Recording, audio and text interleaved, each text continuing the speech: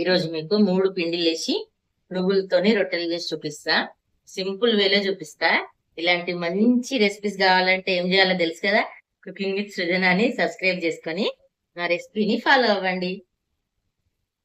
దీనికోసం ఫస్ట్ ఒక గ్లాసు బియ్యం పిండి తీసుకుంటున్నా. నెక్స్ట్ హాఫ్ గ్లాసు గోధుమ పిండి. నెక్స్ట్ కొంచెం శనగపిండి వేసుకుంటున్నా. కొంచెం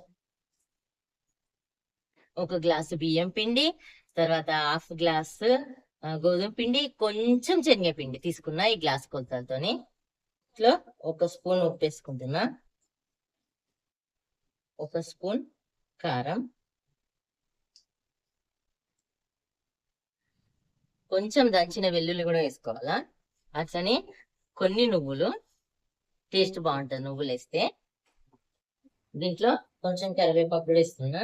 వేసి ఒకసారి మిక్సీ చేసుకొని కొన్ని కొన్ని వాటర్ పోసుకుంటూ కలుపుకోవాలా. ఒకటేసారి వాటర్ పోయొద్దు, మళ్ళీ పిండి మెత్తగా అయిపోతుంది.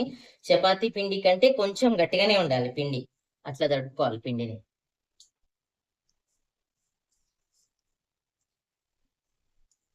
చూడండి, పిండిని ఇట్లా గట్టి కలుపుకోవాలి, మరీ సాఫ్ట్గా ఉండద్దు. ఇట్లా గట్టిగా కలుపుకొని ఒక 15 నిమిషాలు మంచిగా మూత పెట్టి నాననివ్వాలి. నానితే మంచిగా వస్తాయి చపాతీలు.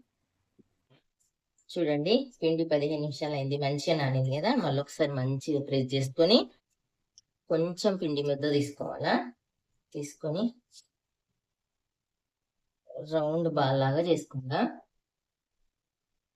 మళ్ళీ పిండిని మూత పెట్టి పక్కన పెట్టుకోవాలా, లేకపోతే ఆరిపోతుంది కదా.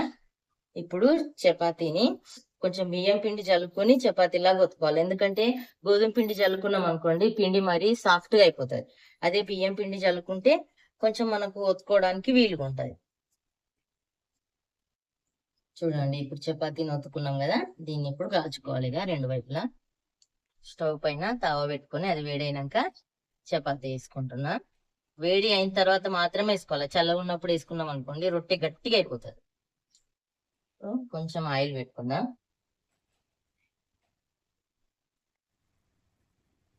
ఇప్పుడు రెండో సైడ్ కూడా ఆయిల్ వేసుకుంటున్నా. కొంచెం ఆయిల్ మంచిగానే వేసుకోవాలి దీనికి. ఇట్లా రెండు వైపులా కాల్చుకోవాలి చపాతీ. చూడండి, రెండు వైపులా మంచిగా కాలిపోయింది. అంతే, చపాతీ రెడీ అయిపోయింది. చూడండి ఎంత బాగుందో. ఈ చపాతీలని పికిల్ లేదంటే పెరుగుతో సర్వ్ చేసుకుంటే సూపర్ టేస్ట్ ఉంటాయి.